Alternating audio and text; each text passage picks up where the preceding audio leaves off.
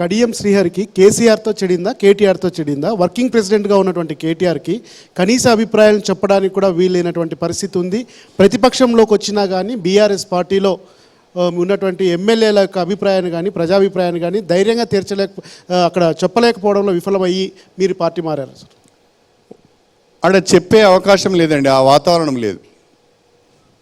Party నాయకత్వం దగ్గర మనసు విప్పి మాట్లాడుకునే ఒక మంచి వాతావరణం ఏనాడు లేదండి. అక్కడ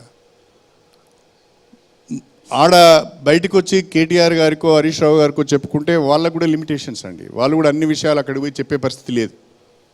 ఆ సిచ్యువేషన్లో చాలా చిన్న ఒక ఉదాహరణ అండి, మనం పార్టీ నిర్మాణం చేద్దాము అని అంటే కేసీఆర్ గారు నాతో ఏమనేదంటే, ఈ నిర్మాణం ఏంటండి, మనం ఎన్నికలప్పుడు ఇట్లా గాలి క్రియేట్ చేయాలి, ఆ గాలిని పోగు చేయాలి, గెలవాలి అని అనేది. అని మాయావతి గారికి నిర్మాణమే లేదు అని చెప్పేది. అంటే నేనన్నా మాయావతి గారి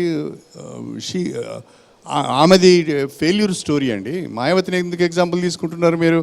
మాయావతి ఒకప్పుడు ఇట్లా వచ్చింది, మళ్ళీ వెళ్ళిపోయింది, ఆమెది ఫెయిల్యూర్ స్టోరీ. ఆమె నిర్మాణం లేకనే అట్లా అయింది. మీరు కావాలంటే ఇంకా వేరే సక్సెస్ఫుల్ స్టోరీ తీసుకోండి, డిఎంకే స్టోరీ తీసుకోండి, లేకుంటే టీడీపీ ఏమాట కామంటే టీడీపీ స్టోరీ తీసుకోండి. ఆ నిర్మాణం మీద ఆధారపడే కదా ఇవాళ టీడీపీ సర్వైవ్ అవుతుంది, డిఎంకే సర్వైవ్ అవుతుంది. ఆ రకంగా మీరు సక్సెస్ స్టోరీ తీసుకోండి, కానీ నెగిటివ్ స్టోరీ లేదు. మీరేమో ఇలా అంటున్నారు, వారేమో ఎల్లుండి నుంచి ప్రజల్లోకి వస్తున్నారు, ఆ తర్వాత పాత ఉద్యమ నాయకుడిని చూస్తారు, కేసీఆర్ని పాత ఉద్యమ నాయకుడి హోదాలో చూస్తారు, మొత్తం రిపీట్ అవుతుంది. సంతోషం, చూడాలని కూడా అనుకుంటున్నాం. కేసీఆర్ గారు ప్రజల్లోకి రావాలనుకుంటున్నాం, కేసీఆర్ను ప్రజలు చూడాలనుకుంటున్నాం.